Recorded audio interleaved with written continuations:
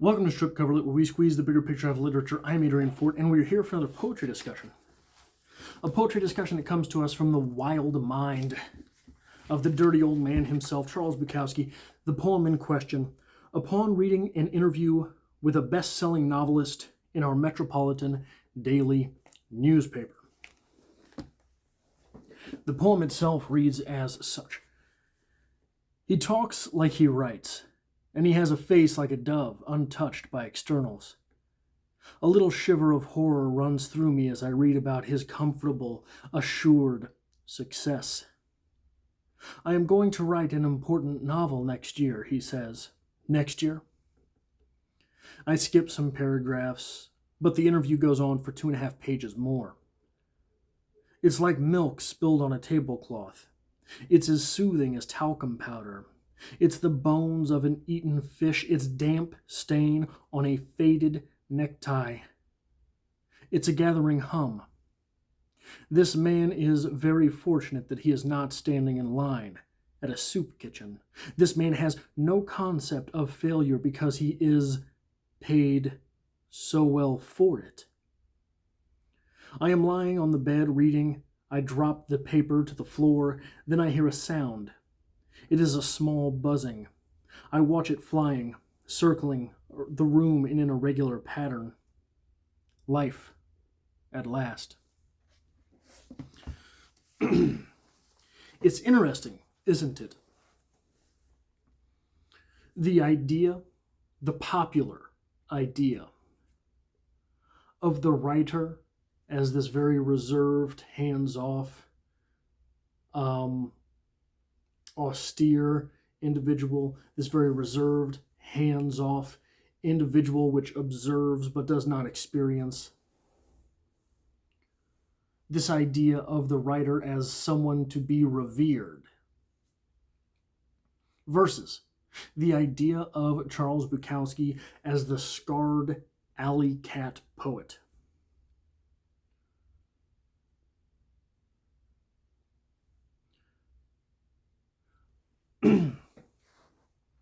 The real dichotomy here that it seems to me is being expressed is the difference between the writer as someone who writes versus the writer as someone who suffers. This man is lucky he is not standing in a soup line. That line itself. This man is lucky he is not standing in a soup line, because without these written words being purchased, he has nothing to offer society.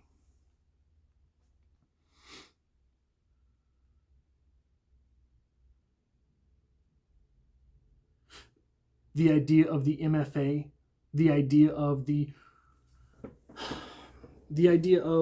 writer's program itself as false learning. You know,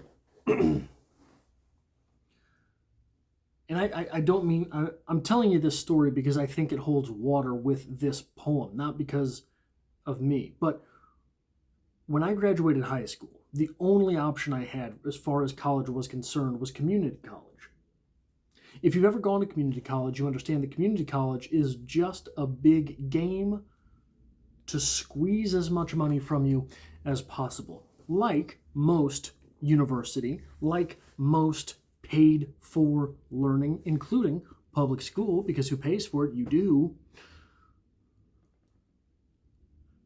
But most of these areas of education, public schooling, university, the master's program, most of these places hide it from you. The fact that they're stealing. Community college doesn't seem to give a damn. They'll let you know right up front, because we're going to change this curriculum at the end of this semester, and no one's really going to know exactly how you graduate. Besides that, if you're in community college, you're working probably full-time, or as full-time as you can find, as gainfully employed as you might hope to be. So, it took me 4 years, 5 years to wriggle my way through that associate's degree. And then another 6 months, 8 months, to figure out how I was going to get myself off to college. Get myself off. I shouldn't have said it that way. How I was going to escape the rat race for 2 more years to get to college. Well, I got to college. And all of my classes were me learning how privileged I was and hearing about it from 18-year-olds whose parents had sent them to college.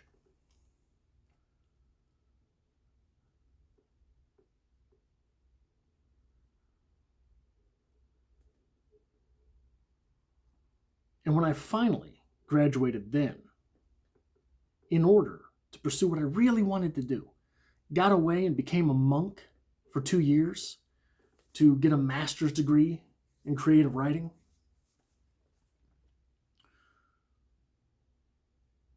Every teacher, every professor that I had, I think except for one, came from the same university. Basically, my master's degree was a dump-off degree, a dump-off program from people who had my same degree from a more prestigious university.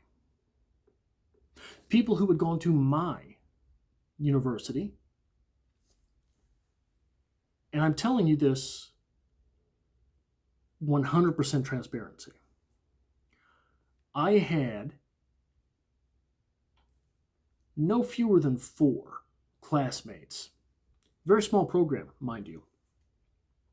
Very small program. I had no fewer than 4 classmates who could not write a complete sentence. Not making this up. Had no idea what a paragraph really was. I had a classmate who plagiarized basically rewrote a classic work in short story format. No idea it was the wrong thing to do.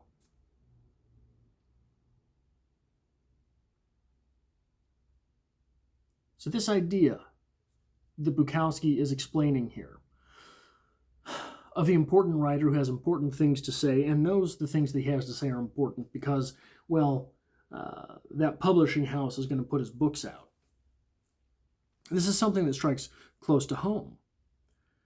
This idea of Bukowski as the scarred alley cat poet. You can't read Bukowski and come across with the idea that it's farcical. You can't read Bukowski and come across with the idea that he has not experienced the things he's talking about. You can't read Bukowski and come across with the idea, why do I want to read that guy for content? Even the people who, there's a lot of people who can't stand Bukowski. A lot of people can't stand Bukowski.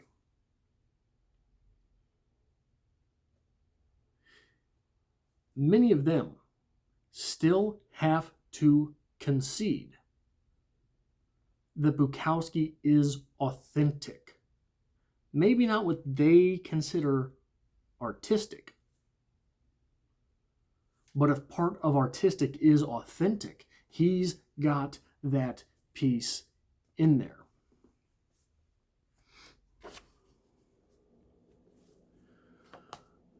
I was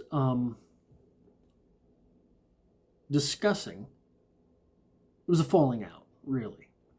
It was a falling out that I had with someone that I had sort of hung out in my undergrad days. She was a much more experienced, she was a writer who was acclaimed by the program from which I came. She was their one. The one by whom they swore. And when I moved off to graduate school, and we kept in touch a little bit, and she asked me how I was doing, I said, yeah, I wake up, I go to the library where first thing I do is read, second thing I do is write, third thing I do is edit, go to school, go to the gym, come home, keyboard, type things up, then edit. Then I start writing my next story or poem or whatever. I said, I am a monk. There is no shaking me from this. She was trying to get me to come visit her. I said, I don't have the time. I don't have the time. I live 4 hours away from you. I would have to drive 4 hours there, spend whatever time together we're going to spend together, drive 4 hours back. I have work, I have school, I have all these things in the middle.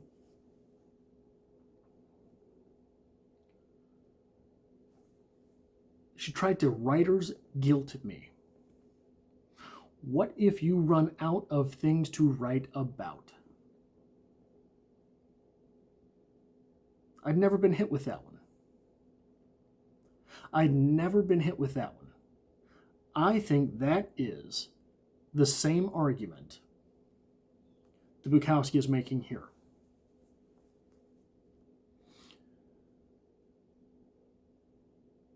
This idea that,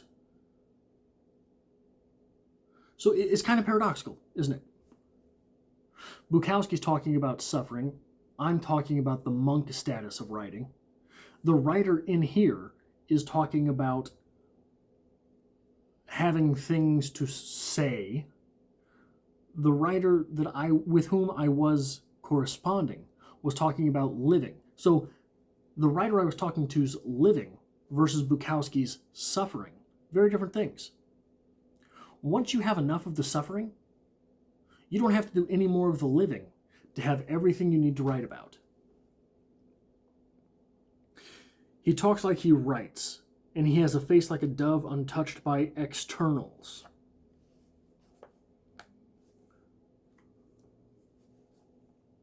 That's how this poem starts. Untouched by externals. What does externals mean? Those things we cannot control. This idea of living life, enjoying things, is something controllable.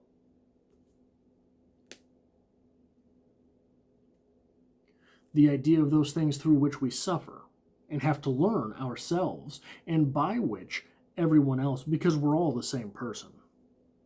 95% of us, we're all the same person. And I don't mean 95% of people, I mean 95% of the person is all the same thing.